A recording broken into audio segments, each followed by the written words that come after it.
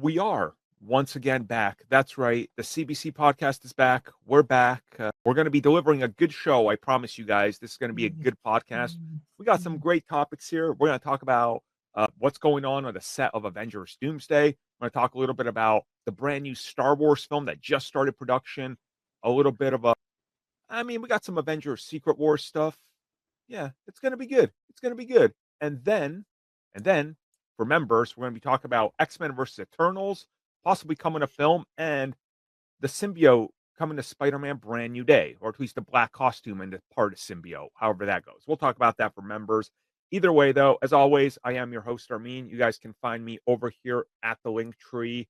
Just look at all that, and you can find whatever I'm doing, wherever I'm doing it. And go follow me on TikTok, where I drop, and I'm just kind of reacting to random cartoons I watch during the day while I render things. So there you go. So just He-Man videos?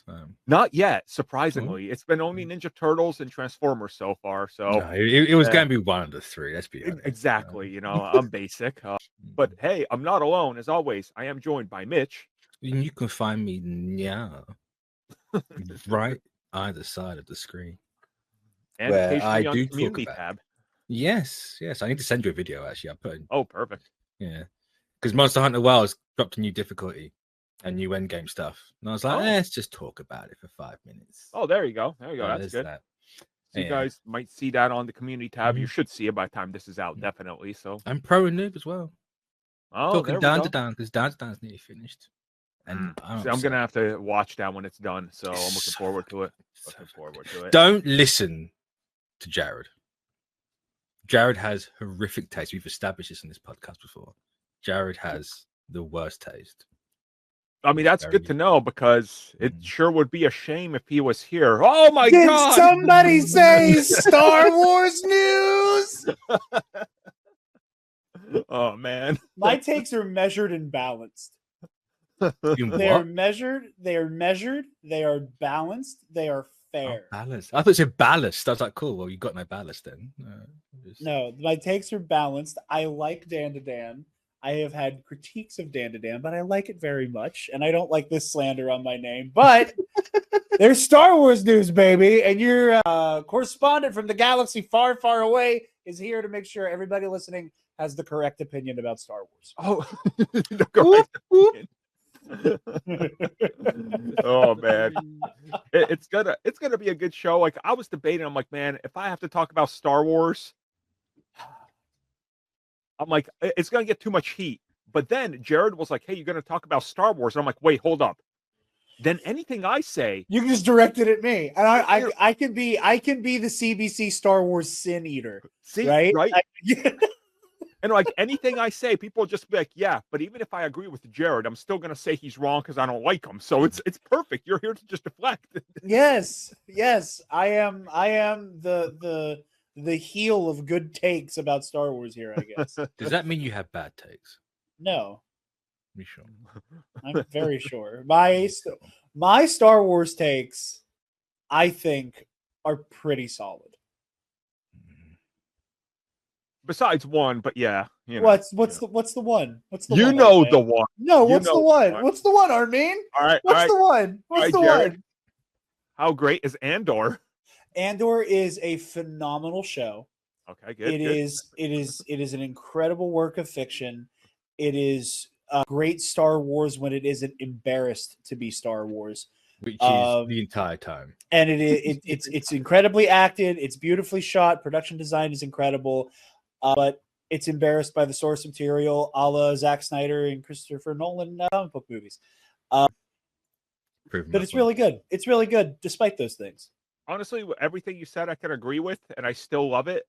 But again, it's like, I think what you said, especially about production value, is every shot of that show looks on par with a movie or better. And I'm just like, how did they do this? Yeah. Like, it's kind of shocking. And when you're not wasting time with characters and whatever else have you, you can kind of make something look good. Oh my God. See, this is the thing. I'm stuck betwixt you two. And it is so unfair that I disagree with Mitch, that I'm like, Andor is absolutely incredible. It is a masterwork. What frustrates me is the Andor is better than everything else conversation.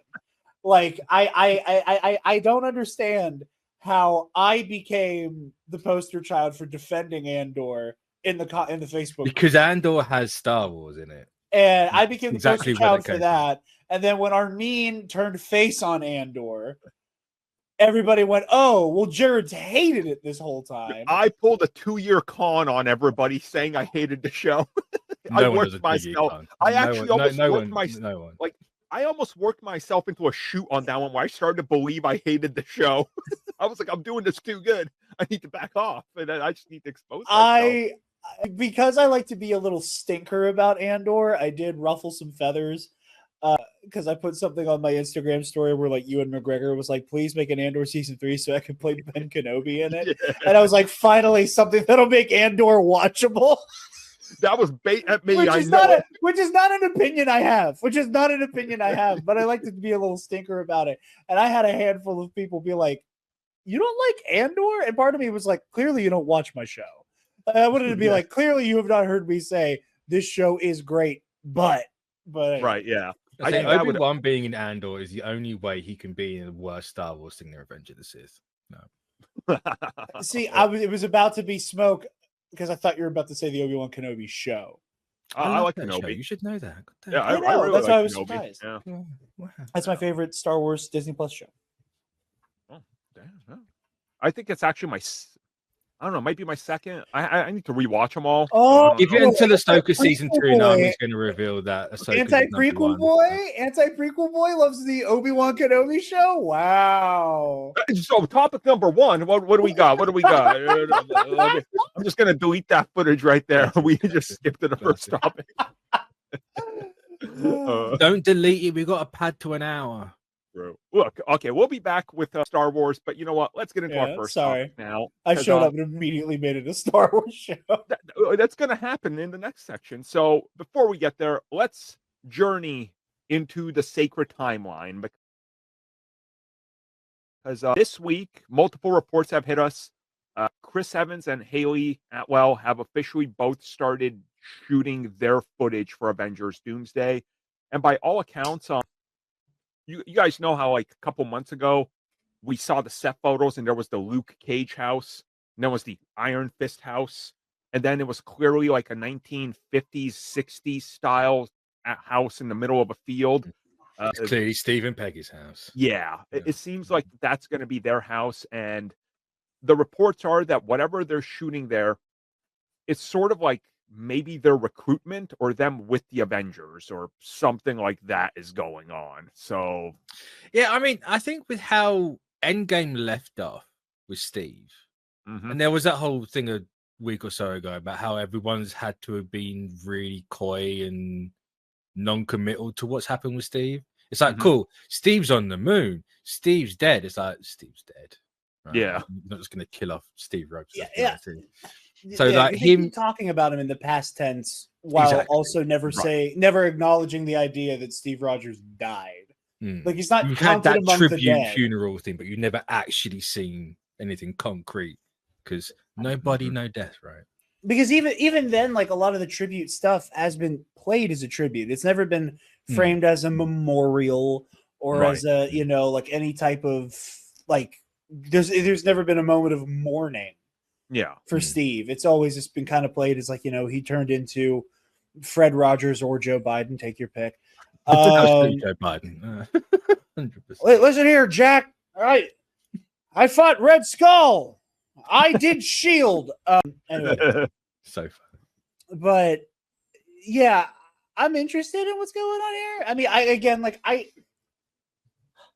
I say this as somebody who's like most of their show ends up being news.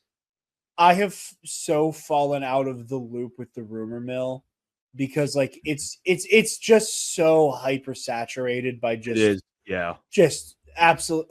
Mitch already cursed. It's so saturated with absolute horse shit. Did I? And just like, yeah, you said so effing good about something earlier multiple times.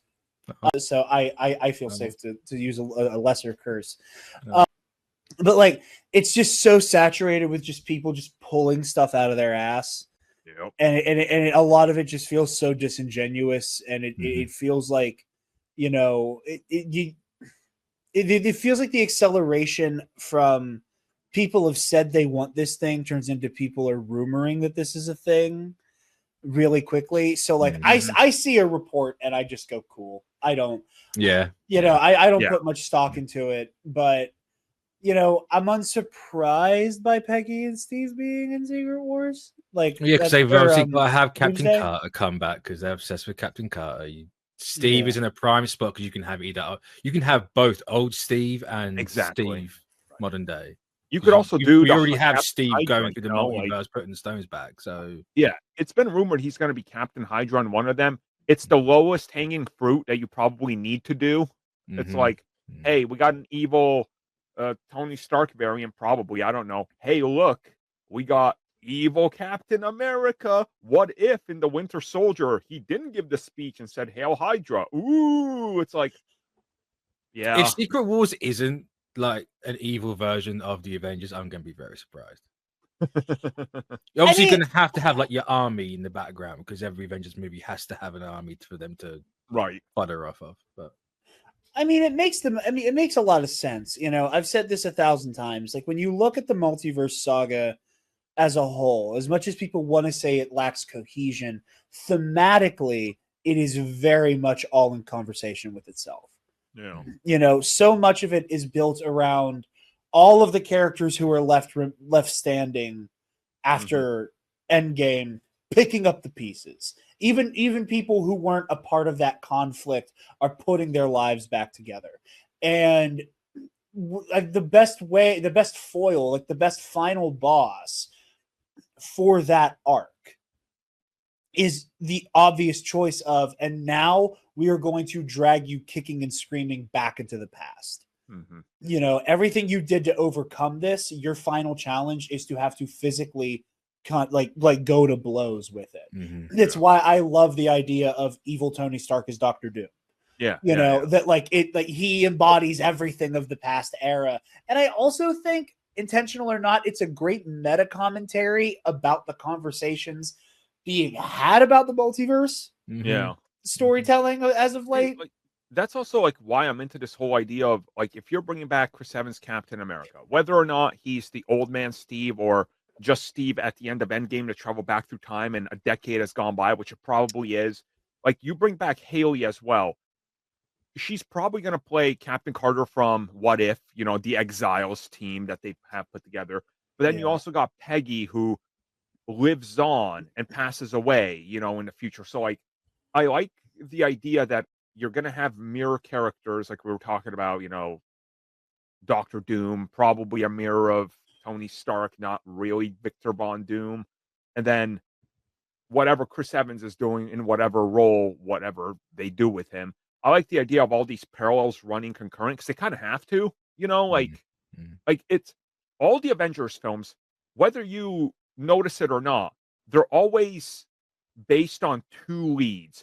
Cap is our POV, and Tony is sort of the other side of that, where it's like, hey, I kind of know everything that's going on. It's two different fans, right? Like, you need that still. And who else in Avengers is going to do it besides these two? So I think it's like, hey, if there's this evil guy called Dr. Doom, he looks like Tony Stark. Oh, look. Hey, Chris, do you want to be our eyes to introduce people into what the multiverse is and the TVA? Because guess what?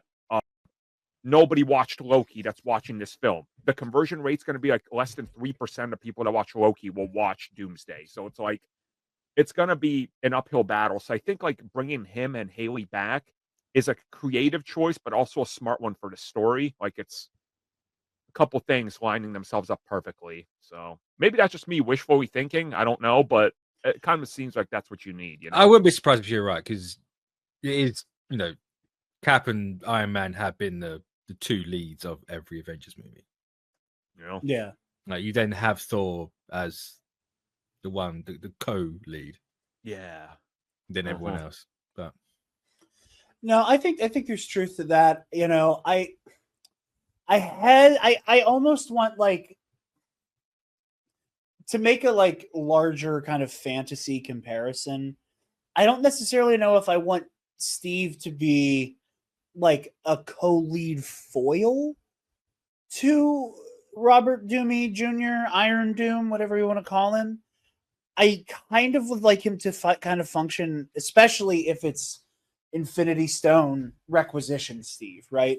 I would almost like it if he was like almost like a Gandalf or Obi-Wan Kenobi figure in this story, where it's like we're taking a whole lot of heroes who do not have experience with the multiverse nonsense. Like when you look at that initial cast lineup, you know, it is the new Avengers, the like old head Avengers, and the X-Men. And the Fantastic Four for the most part. You know, and like the Fantastic Four, they like it seems like they academically know about the multiverse, but it isn't really implied in the movie that they've like traveled through it. They just know it exists. You know, it seems more theoretical and academic the way Reed talks about it. So like I would almost appreciate there being a character who can kind of step in and go, okay, I know my way around the multiverse. I can help guide you in. I have fought Tony Stark before. I can help you on that front. You know, and I kind of love that idea that he's less the kind of focal point character and more of, like I said, like a Gandalf or Obi-Wan, like, you know, kind of like taking this disparate group of people or whatever group of people. Because like, again, this could end up being again, much like Infinity War, where you have like, you know, the A plot, the B plot, and a C plot, but like the B plot kind of splits in half, and one half joins A and one half joins C. You know, where I would be down with that. It's like whatever group that a multiversal knows his way about town kind of Steve is kind of shepherding people through and guiding them, less than being kind of like a focal point, kind of foil to Doom. Yeah. It also instantly gives them the ability to travel everywhere. Yeah. If Steve's going to have that watch, so he just goes, plunk, plunk. Yeah. And it's like, hey, I'm over here now. Hey, Steve, did you keep that watch by any chance? Darn tootin' I did. Yeah, just boots it up. Yeah. I mean, no, it's looking good. So, again, we don't have too much on this, so we can't linger on it for too long. But, again, stay tuned and we'll know more, I suppose, in the next... I don't know. We might know actually stuff by the time this drops on YouTube because of D23. So yeah, we'll see what happens. D23 this weekend. Yep. Yeah. Wow. So get ready to see these guys on Nerd Academy very soon to talk about that. That's true. That's and I promise I won't crash out on stream this time. Well, you know what? Instead of crashing out, let's actually jump on to part 2 because this is the Star Wars Starfighter part of conversation. Okay, so we've known about this film for a bit of time because it's been rumored to be in development for years. Even before Deadpool and Wolverine, it was like, oh, he's going to make a Star Wars film. Yeah, the rumblings of a Sean Levy Star Wars joint. Yeah. We then started to hear, oh, Ryan Gosling's going to star in it. Okay, good. So now we know the production has started this week. We know it's set to release a year from May, so a year after Mando and Grogu. Awesome. Year of the 50th, year of the Star Wars 50th. Yep. There's a window where A New Hope re-release and Starfighter could be in theaters at the same time. That's true. That's going to be awesome. And the only other thing that we can really talk about for right now, we're going to obviously touch upon everything, is that this film is set, I believe it's 5 years after Rise of Skywalker, right? Yeah. So, and it's been rumored Daisy might cameo in it to kind of set up a thing. We don't know. That's still a rumor, but we did get some of the cast members. I think my favorite addition has to be Amy Adams as a droid. Now that was such a wild take. I saw that's just Amy Adams.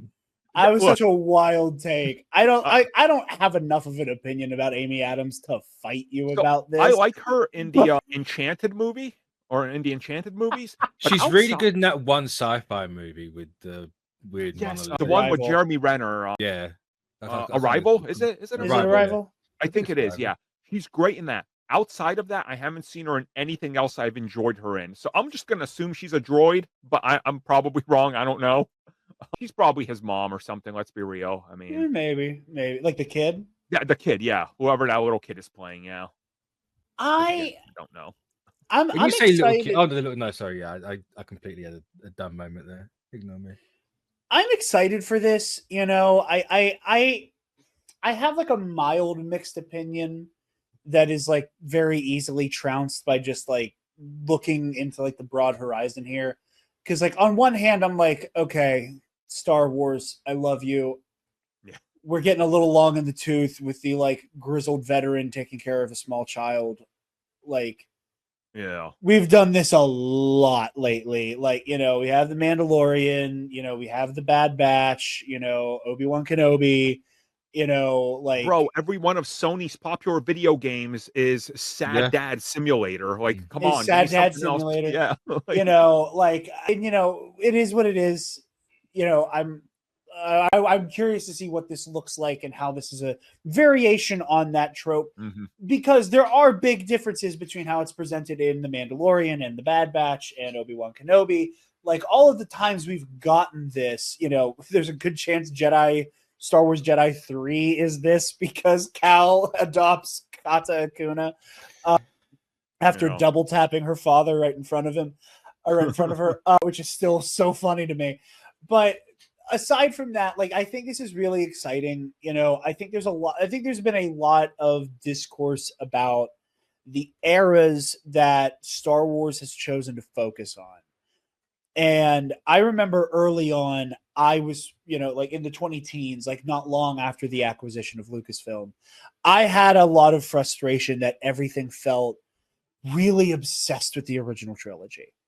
And it had a lot of like prequel, it felt like prequel shame, and that was not helped by the fact that even J.J. Abrams was joking about, I wanted to put Jar Jar's skeleton in the deserts of Jakku, where it kind of had that like, oh, we're still ashamed of the prequel stink on it. And over time that has changed. And over time we have gotten more stories that are, adjacent to the prequels. But even then, like, a lot of these stories that are like rooted in the prequels in terms of their characters still have more to do with the sequels, stuff like Bad Batch, like, yeah, it picks up as Revenge of the Sith is ending, but it's all about the rise of the Empire, and obviously stuff like Andor, stuff like Obi-Wan Kenobi. All of the TV shows, except for The Acolyte, have been like post the original trilogy or right before it happens. So there's been this like weird feeling about where it's going. My reaction to that has always been, if you look back at Legends, it had to grow in a really weird direction. Oh yeah, because all we had was the OT, and while people were like trying to write books, write comics, make video games, it had to go through George. And there were those moments where George said, no, because I'm doing something with that. Yeah. I'm doing something with that. So by the time the prequels are out and then you look at the EU, it's then this like constant game of catch up of, oh, here's a cool idea. Let's expand upon that. And now there's a whole book about whatever. That's where the Glup Shido reputation comes from. Right. Is Star Wars writers love to just take a thing and expand outwardly. And because the new canon began with 6 movies and a TV show and it's turned into 11 movies and many TV shows, like, you almost have this weird conundrum where you have all of these different points on the timeline you can expand from, while also not wanting to clutter it because it is a unified canon, because there are no longer tiers of canon. And I understand why people get frustrated, but also like, we need to build everything out again, So all of that to say, I can't believe we're finally getting something post sequel trilogy. Yeah, honestly, like that, and again, I understand why people want that so badly and have been screaming for it, but also there are other points on the timeline that needed filled out, that needed to have a little bit more body to them. And honestly, again, I am not the sequels weren't planned person. The OT wasn't planned. I don't give a damn.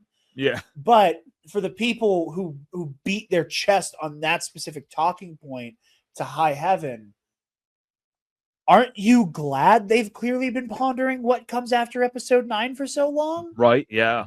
Yeah. Like, I'm cool if it takes forever to get past the Battle of Exegol. if that means like we can tell there was a lot of tender love and care and thought put into those next steps. I love the sequel trilogy. I'm not here to bash it, to argue about any very tired talking points, but this next phase of canon is so crucial. Agreed. And like, to me, it's like, I want the sequel trilogy to get the prequel trilogy treatment, where I know today it's revisionist history. People love the prequels. Plinkett just did that new video, and coincidentally enough, in it, they praise Acolyte for being what a lot of people hate in Acolyte is just a retread of what happened in the prequels. Like, he points out, it's like, yeah, there's a lot of similarities. Like, I hope that the sequels now get that Clone Wars treatment and Rebels treatment, and I hope this Starfighter film is the next step towards that. And like, now, correct me if I'm wrong, and I'll ask you, Jared, you probably know better than anybody. Is this a rework of Patty Jenkins's scrapped film? No. It's funny you mentioned that, because when this got announced, I was in Kentucky with Bill Sheehy, one of my other co-hosts, and that was like the first thing we talked about. I don't know. I would not be surprised if there are elements in there. They played it super fast and loose with the details about whatever Rogue Squadron was going to be. Right, yeah. We knew next to nothing. All we knew was X-Wing pilots. Patty Jenkins' dad was in the Air Force.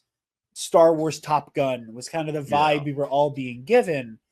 And I remember a bunch of people were harping on the idea that they thought it would be post-sequels because Patty Jenkins steps into a Resistance X-Wing. And again, but she also puts on a Rebel Alliance helmet, if I remember correctly. So, who knows? Right? Yeah. Okay. Like this could be a smattering of like the Rebel helmet is more iconic, but the very sleek, kind of like dark colored, bright orange X-Wing is more like of the time. So who knows? I am not 100% sure.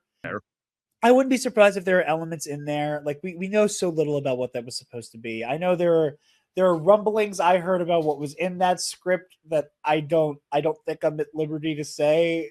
I don't even know how true it is, that I think are very funny from the Rogue Squadron leftovers. But like I said, who's to say? I don't know. We don't know what era that was supposed to be in. I think that's kind of the main bellwether, is what era was it meant to be in. Right. So then, what's your take on everything we know about this one, though? Because Starfighter, to me, again, it's post Rise of Skywalker, perfect. I want to keep moving the timeline. And we know, obviously, the stars of it, but we have no other ideas of anything going on with it. And the rumors are, they're rumors, so don't put any, and Star Wars rumors at that, which can get a little quite dicey. And I was back in the day on theforce.net, so I know all the rumors that can happen. Okay. See, that's the generational divide. You're theforce.net. I am Star Wars Episode 7 news.com. Yeah, see, that's how it goes. So it's been a long time. Just looking at it, I'm excited that 2 years in a row we're gonna get 2 Star Wars films. It's cool. Whatever happens with Mando and Grogu, we'll see. But I think this one excites me a lot more just because it's unknown. It's like the unknown factor. I'm like, I know nothing about it. Like Mando and Grogu, I know it's a known commodity. I've watched the series. I've watched all the seasons multiple times. The first season I've seen like 4 times through, so I know what I'm expecting. Here it's like I don't know, and that gets me more interested, especially with an interesting cast. And of course, Mitch's favorite actor, Matt Smith, is in it. So how could you not be excited? I'm fine. I get balanced out by having Simon Bird in the cast, which is wild to me. Do you not care for Matt Smith? I hate Matt Smith. If there's anyone that can't act in this planet, it's Matt Smith. Whoa! Wild take. I am sincerely shocked by that. Mitch, if I can ask you a question, I don't want this to come. I know we joke about me being racist towards British people and pro and noob a lot. So I sincerely joking about that. I sincerely don't mean this to sound like a British stereotype. And of course it is. Are you a Doctor Who guy? No. I've never been a Doctor Who guy. See? With your taste in fiction, that makes sense. He's I can see that. betraying his people. But I know really good, few too. people that like. There's a reason why Doctor Who is not going to be back on this decade. Yeah. People just don't like it anymore. It's done. Yeah, it's That's, I think, Right, you can make some argument day. that the last two have been the woke. Quotes. I think part of it quote. has been woked. I think another part of it is that it's a structure of television that is not feasible anymore. That is getting. I just think shreds. they've just told everything that they can do. It's gotten like Mm. even the diehard Doctor Who fans I know, it's just ridiculous now. Either way, he's the 11th Doctor is really good. I'm a 12th Doctor guy. I mean, Matt Smith is remember, really good. like Matt Smith was supposed to play Palpatine, so like, allegedly, yeah. That's interesting. You know, Well, that's the other funny thing with like the Matt Smith Palpatine stuff is that, like, again, what people love to talk about being a, you know, flaw of movie making about, like, oh, they had all these ideas and they were like switching, they're switching everything around. So yeah, that's how that works. That's how that happens. Like Matt Smith, they had the idea of, you know, once he like force drains Ray and Ben, the Sidious like force drains Ray and Ben, that like he would like it would fully rejuvenate him, and we would see a young Sheev Palpatine in that place. But like Matt Smith was never on set. You said that. I'm sorry. Smith was never on set. He never got fitted for a costume. He never did a screen test. It was very much a, oh, wouldn't it be cool if Matt Smith was young Darth Sidious? Yeah. Horrendous idea. I liked it quite a bit. But yeah, no, the wide openness of what's to come, the cast is very exciting. You know, the cast was shocking to me because I remember when the Ryan Gosling rumors first started percolating, and I talked about it on Knights of the Nerd Republic, and it was one of those moments where, like, I think Star Wars fans in particular have a very dysfunctional relationship with our expectations and with how we like engage with Star Wars. And I think that relationship with expectations and like how we remember things has a tendency to be where a lot of the ugliness comes from with the fandom and how it reacts to things. And I remember like, and I do my best to check myself with that because I don't want to become a closed-minded Star Wars fan. I don't do everything in my power to not be like, this is Star Wars. This is not stomping my foot. And I remember I was like, oh, Matt Smith. It was Ryan Gosling. I'm like, this flies in the face of everything Star Wars casting is supposed to be. It's always supposed to be unknowns. It's supposed to be unknowns. What happened to unknowns? What happened to unknowns? And I'm like having that initial reaction of like, that's goddamn Ken. That's Ken. That's the dude from Blade Runner and La La Land and The Notebook. Right. What are we doing? He can't be the lead of a Star Wars movie. His own Michael Keaton Batman moment. I truly, I was having the Michael Keaton Batman moment like for very briefly, and I kind of stopped and I went, it's not the 70s anymore. It's not the 2000s anymore. It's not even the 2010s anymore. You know, I'm always beating the drum of just because you heard something in the trades, give the storytellers the chance to tell the story they want to tell. So it's Ryan Gosling from Blade Runner. I couldn't remember his name. I'm sorry. Either way, I was like, he's a great actor. He's somebody who's bringing the house down right now. Give it a chance. The only negative I have about this is that the moment I saw it, guess the comments, you know, everybody's like, oh, finally, they're not putting people of color or women in our face. I'm like, oh, you guys are so... Despite a whole third of the cast being women and people of color. Yeah, but it's not the main star that's a female. That's what matters, you know? It's just the guy who played the most homoerotic character in movies in the last, 10 years. Yeah. Plus, I guarantee you, if you idolize him, I guarantee you he does not listen to the Joe Rogan podcast religiously, so you probably wouldn't like him in real life. I'd hope not. No, I don't get that vibe from him at all. Yeah. Like I said, the cast is really interesting. You know, the 1-2 punch of Mia Goth and Matt Smith as the villains is really exciting. I say villains because that's what the trades were saying. Was like when we were hearing about Mia Goth and Matt Smith. They were saying these will be our baddies. Again, does that mean any type of like first order holdout? Does that mean criminal underworld? Does that mean a new government? Does that mean Force user? We don't know.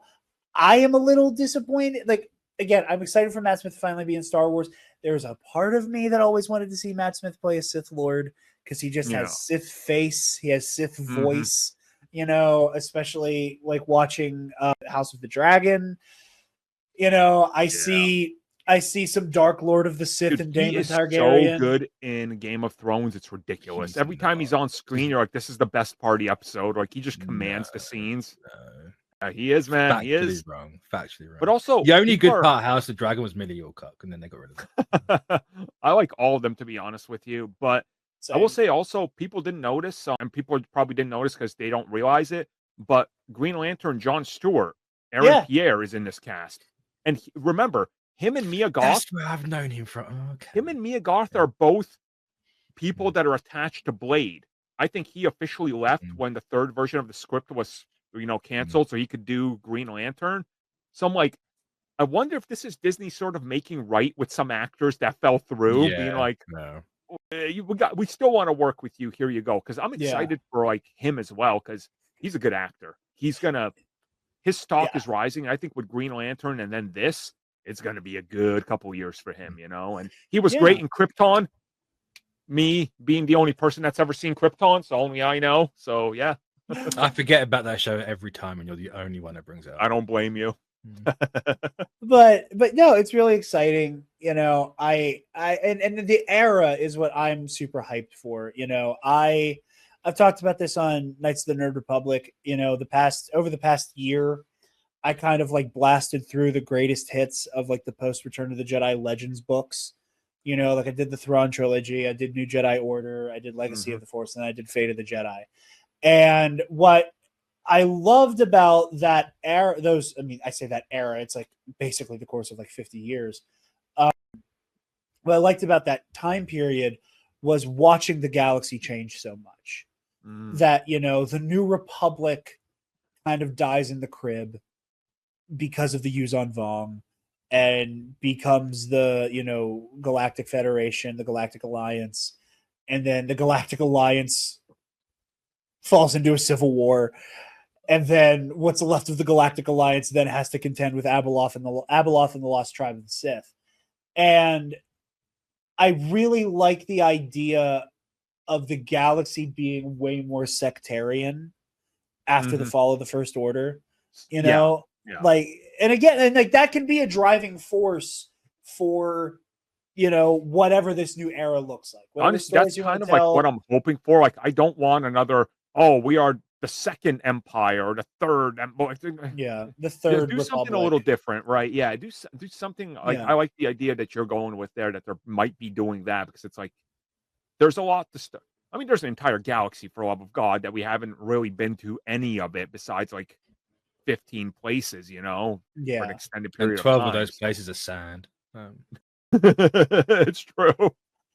But yeah, I mean, you could do a lot with it being very sectarian. Again, who knows what's happening with Rey, be it her own movie, be it a trilogy, be it there is a movie about her Jedi Order and then a trilogy with which she is the main character of. Like, who knows what any of that ends up being, right? But I remember Sharmeen Obaid-Chinoy talking about the idea of the main kind of question being asked by the Rey movie, again, whatever that ends up being, was like the galaxy reacting to whether or not they need the Jedi. Like a galaxy-wide, like Luke in Last Jedi moment.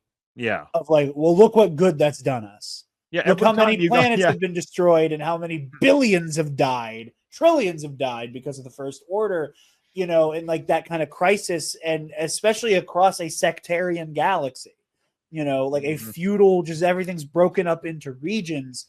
The terms core world, mid rim, outer rim become a lot more important when, where there's not a unified government. And like how what do you're the saying, Jedi interact with that? Because what you're saying here, me as a Star Wars, but also Star Trek nerd, that gets me excited, because that's how Star Trek is divided. They got the quadrants, and then they got the corners. You got like the Dominion corner, you got the Klingon, you got the Romulans, and it's these tight zones, and anytime something happens, it's political intrigue. Like, if Star Wars was to add a little bit more of that, and Starfighter kind of introduces us into that with a Starfighter, and probably this is going to be, you know, like it is going to be our Top Gun Star Wars. Oh, I'm excited for that perspective of on the brink of war, fighting with these crafts in space, and you know, close to the planets, or maybe even in low altitude. I don't know, you know, whatever they're going to do, but like there's a lot of excitement for this film from me, just because it is something fresh. You know, it's a whole new universe of possibilities, and my only hope is just don't play it safe. Like, do something different. You know, take another risk. Do something a little different. Like, again, my worst fear is end of this film. Matt Smith is like, "You didn't know who I am." Does a Red Skull moment. I'm a Sith. Ah, ha, ha. I am the descendant of Darth Malgus, and I'd just be like, throw up everything and leave the theater. I'd be like, nah, I'm done. You know, it's like, I mean, I understand that, and I don't necessarily think that you rip off the Sith Band-Aid this early. yeah. But like, my only pushback to that is that I gotta phrase this carefully. People will get the wrong idea, and I refuse to play into something that I hate. The Sith will always exist as long as the Jedi exist. At their core, the Sith are like this like obstinate, like authoritative, defiant disorder made into a religion. You know, like the Sith have their own philosophy, they have their own belief system, but a lot of that is based out of like back at the dawn of the Jedi, 100 years into the Jedi existing, a group of Jedi said, but what if we did use the dark side? And all of the right-thinking Jedi went, absolutely not. People will die. Yeah. And those guys said, but I wanna stomp their feet and pissed off to Moraband or Korriban. Both are canon, and that's hilarious. But that they're always going to exist because of like there is a natural presence of darkness in the galaxy.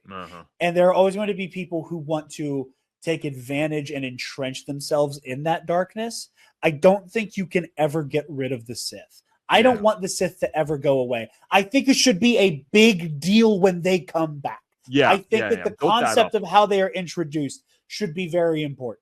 Again, I am a Palpatine being brought back defender in concept. You know, I don't hate the idea of him being resurrected. It is not an original idea. It is not that insane to say that this, you know, Machiavellian like sociopath was like bending nature to his will. That is the most Sith thing to do. Yeah. But I think there are avenues of, I think there are multiple routes you could go. I think you can go the Lost Tribe of the Sith route from Legends, where during the Sith expansion, you know, there was a group of them that ended up trapped in like Outer Rim, Wild Space, Unknown Regions land. Yeah, that's what I want. We're just chilling there for like thousands of years. Yes. The last Japanese soldier who have no point of contact with the rest of the galaxy. You know, the name Skywalker means nothing to them. The name Sidious, Palpatine, Kenobi mean nothing to them. They don't know about the Sith Cramp. They don't know who Darth Bane is. I mean, it's kind of like using the ideas of Skeleton Crew, right? Because I love Skeleton Crew. That show, oh, that got me in, man. I was like, this is it. I want more of this. And then it's like, all right, you know. So you could do something with the Lost Tribe. There's something Lost Tribe adjacent. I also, you know, a little project I've been working on off and on was like how I would do like the Rey movie. You know, and how I would, you know, how it would connect to my idea for like an Obi-Wan season 2. But like at its core, and it's still kind of Lost Tribe of the Sith adjacent, but I think it is different enough that you wouldn't be classified like that, is that like when we see what the Sith Eternal are, that like this cult that worships the Sith, right? That they are not themselves the Sith. I think you could very much do something with the idea that it wasn't just Exegol that the Sith Eternal were on, and that there were pockets that went, maybe the Sith Eternal should not be dedicated to this one guy. Right, yeah. Maybe Sidious, kind of like, as he tends to do, did a hostile takeover of the Sith Eternal, and like most of them were on Exegol, and most of them were on Exegol when it fell.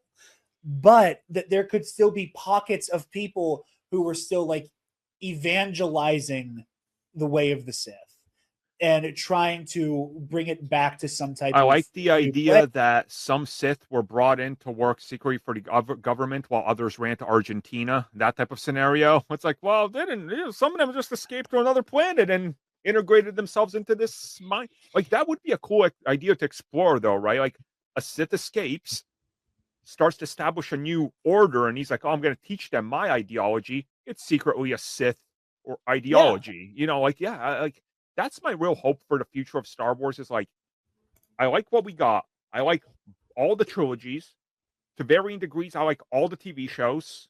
I don't hate any of them. You know, I don't like hate, like I just straight up hate. None of that for Star Wars for me. That's on record, by the way.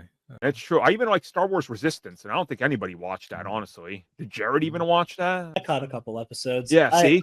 It's on my list of I need to watch this only to protect myself in epic confrontations. See, there you go. So, like, yeah. It cost me a very important match, so I've got to make time to watch Resistance. So there we go. I mean, okay, so we're going to start wrapping up on Star Wars just because we did talk a lot about it because I wanted this conversation because we haven't actually talked on CBC and for Star Wars in probably well over a year. Jeez. So it's kind of good to touch upon everything. I think the last explicitly Star Wars related episode was Mitch having me on to talk about the Acolyte. I think it was. Possibly, yeah. So exactly. It's been well over a year. So we will get back to this, obviously. As we get closer to Mando and Grogu, we will cover that on the channel a little bit more, and we're going to bring on Jared to discuss it with us. So all the Jared fans, stay tuned. Stay tuned. Yes. It's not only stay tuned for me, stay tuned specifically for me talking about Star Wars. So that's it. That's exactly it. So on to our final discussion. Let's talk about Avengers Secret Wars. So an interesting piece of news popped up that came first from Murphy's Multiverse. Now, if people don't remember, he leaked a lot of stuff that was accurate for Spider-Man No Way Home and a number of things that were right for Avengers Endgame.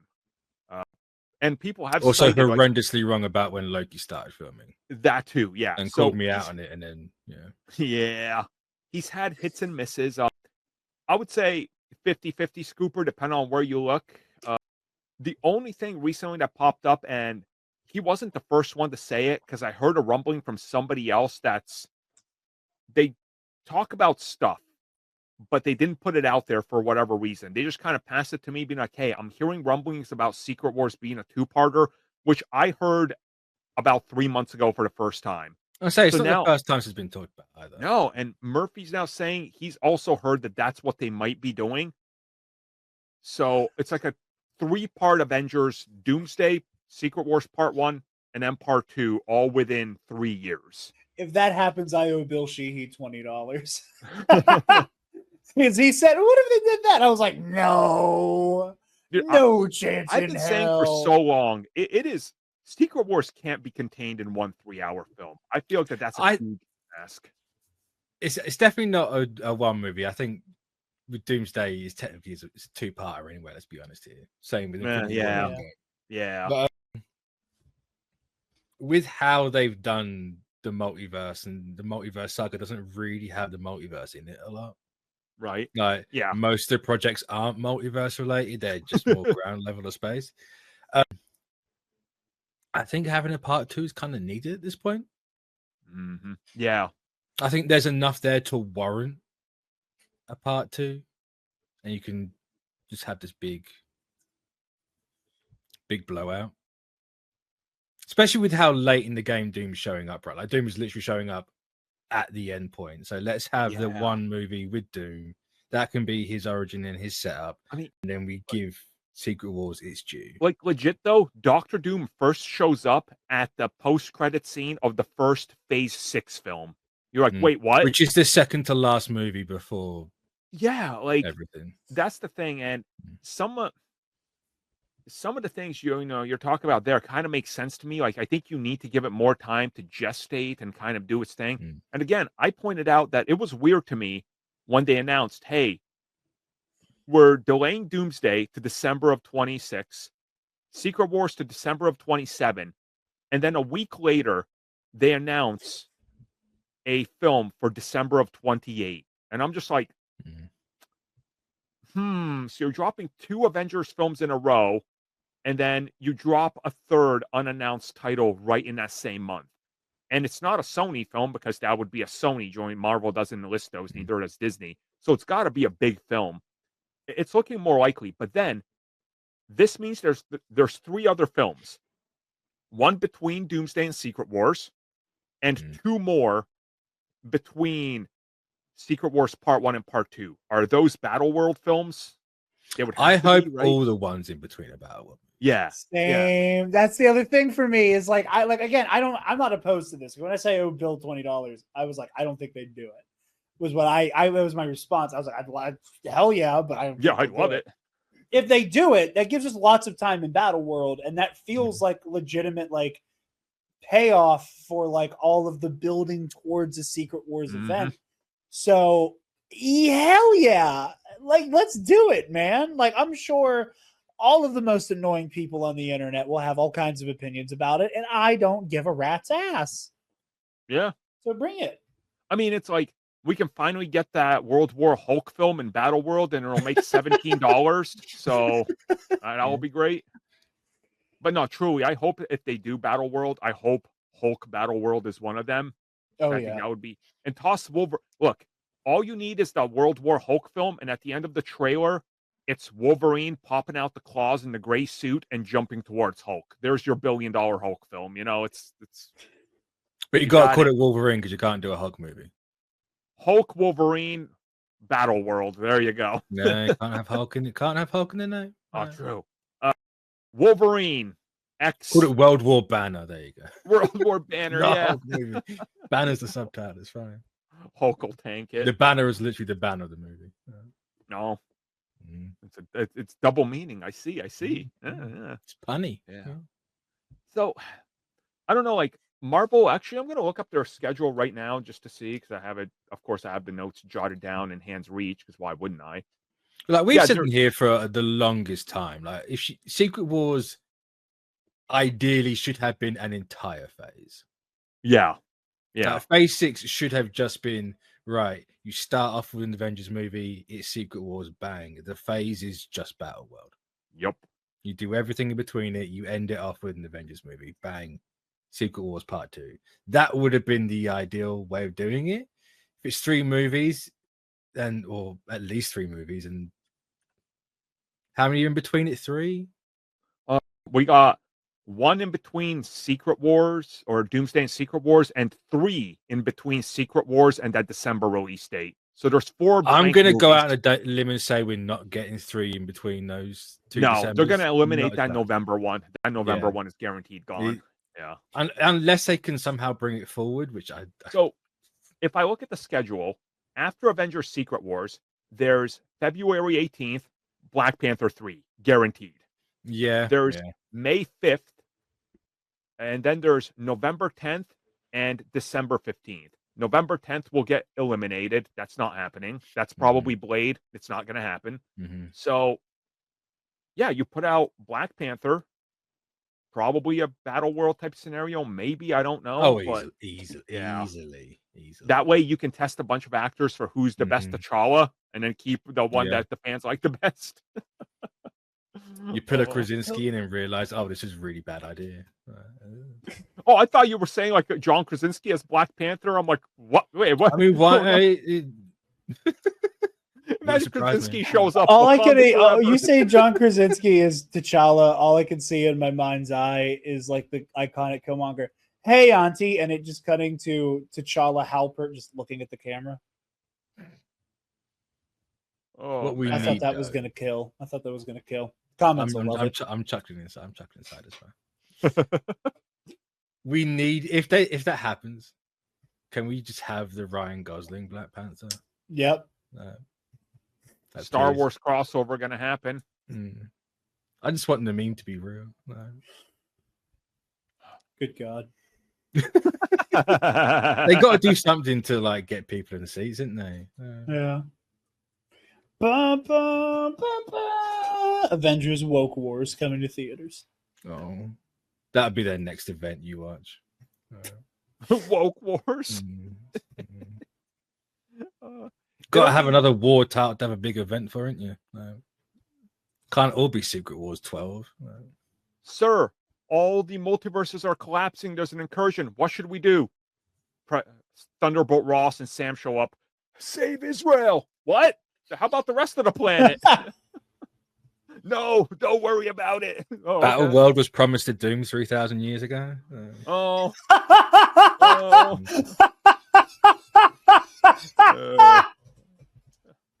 Fuck.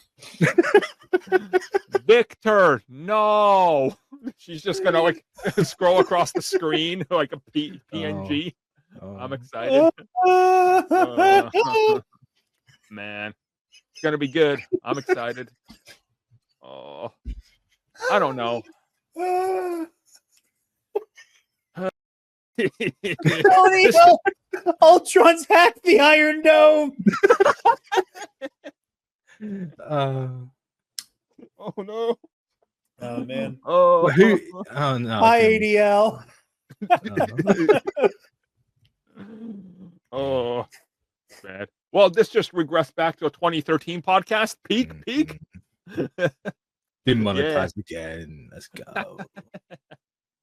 Oh man, I don't know, man. It's been a good flow of MCU projects, in my opinion, slowly building up what they were trying, and then it kind of fell off while pivoting from Kang. So now looking at a potential bigger Secret Wars, I'm like, you know what? I'll take it.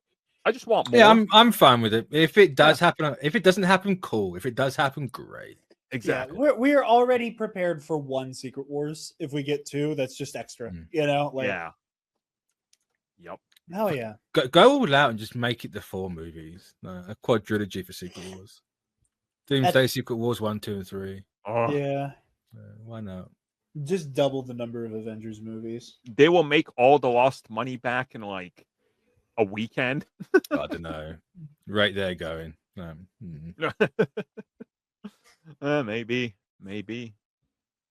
What did Fantastic Four make? 500? Does it? Yeah, 500 mil so far. Yeah. Who'd have thought that? Goddamn. The biggest Fantastic Four film of all time, which isn't saying much, but still it is. Yeah. Wow, you managed to step over the bar. Congratulations. Well, hold up. I got to do it. Fantastic Four 20. What's the 2005 film? Oh, 20... that was 2003. No, it's because Rise of Silver Surfer was this 2007. Yeah, it's 2005. My God. Yeah. It's you look back at it and you don't associate that time period being the same as Iron Man and the Dark Knight. Right. No. No, not at all. Oh, so I just used the trusted inflation calculator. The 2005 film made $265 million. That's deflation, surely. I'm deflating my brain watching those films, so I'll take it. I'll say here what I said in the Facebook group. I don't give a damn about box office. Yep. Yeah. True. I understand why it's important, but I don't. It does not affect how I talk about these goddamn movies. It doesn't affect if I like a movie or not. You know. I know. I know it doesn't affect how you feel about it. I just hate the obsession with the money. Yep.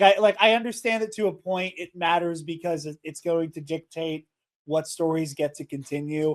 Mm-hmm. Intellectually, I understand that, but all of us put too much of a premium on talking about the excitement leading in and talking about how it makes us feel and the storytelling therein. And it's like all of that trumps the box office by such a magnitude for me. Yep. That I struggle to care about box office. Agreed. Unless it is incredibly high for a movie I like, and it's like, oh, cool, I'm gonna get another one. That is the beginning and end of me caring. Yeah. Office. Yeah. It does, personal stakes for me. It's like, no, it doesn't matter. So again, we'll see what happens with these films. We'll see the box office, everybody. So stay tuned, and we'll be back to talk more Avengers, obviously. So that has effectively brought us to the end of the main show, everybody. Hopefully this longer podcast makes up for last week's. Wasn't there another topic? We were going to discuss the box office of Fantastic No, Four there was Superman, another but- one. Was there? Hmm. I don't have nothing jotted here. No, you 'Cause did. For members, we got X-Men vs. Eternals and Symbiote. Oh, and okay, it's Spider-Man. there. It's Yeah, there. yeah, yeah. I thought you were doing me like proper dirty there. Oh, no. We're going to talk I didn't about that. realize We're that going to talk members. about No, that. ugh. Yeah. So, That bit you can cut. No. so there you go, everybody. Make sure go check us out at the links. Jared, of course, we have one main link down in the description. If you click that for all CBC, you're going to see all of our link trees, and you can just find all of us through that. It's been condensed, so it's easy to find everybody. Jared is, of course, on there as well, since he does join us frequently. So make sure you go follow us. We'll be back hopefully next week if it's another eventful week, because without the Star Wars topic this week, this would have been another 12-minute show. So It would yeah, have been. Even with the Star and Wars, my it might have yapping. been 13 minutes. No. Y'all had to tag me in so I could yap you to an hour. Mhm. exactly. It's the only reason Jared why he is- gets invited on. This is like, oh, we've got Jared to is the stick an hot hour. tag. When me and Mitch have been beaten down and we can't do anything else, we just give him the tag and he comes in and he does the offense. So there you go. So The yap go for- fence. the yap fence. Yeah. So So I'm a verbal orbital strike. verbal orbital strike. Jared out of nowhere, just coming in with the attack. So hopefully we see you guys for the members topics, and see you next week. Okay, let's talk X-Men versus the Eternals. Which I think is So- hilarious because I know it's Judgment Day and that whole entire event was based in Axe, Yep. which is Avengers X-Men attack. Thank you for checking out that video, and thank you for your continued support. Feel free to like, share, subscribe, do whatever you will. And if you're so inclined and would like some additional content from us, which includes unfiltered content and bonus discussions, we do offer exclusively in our member section. We hope to see you there. So thank you for watching and have a good one.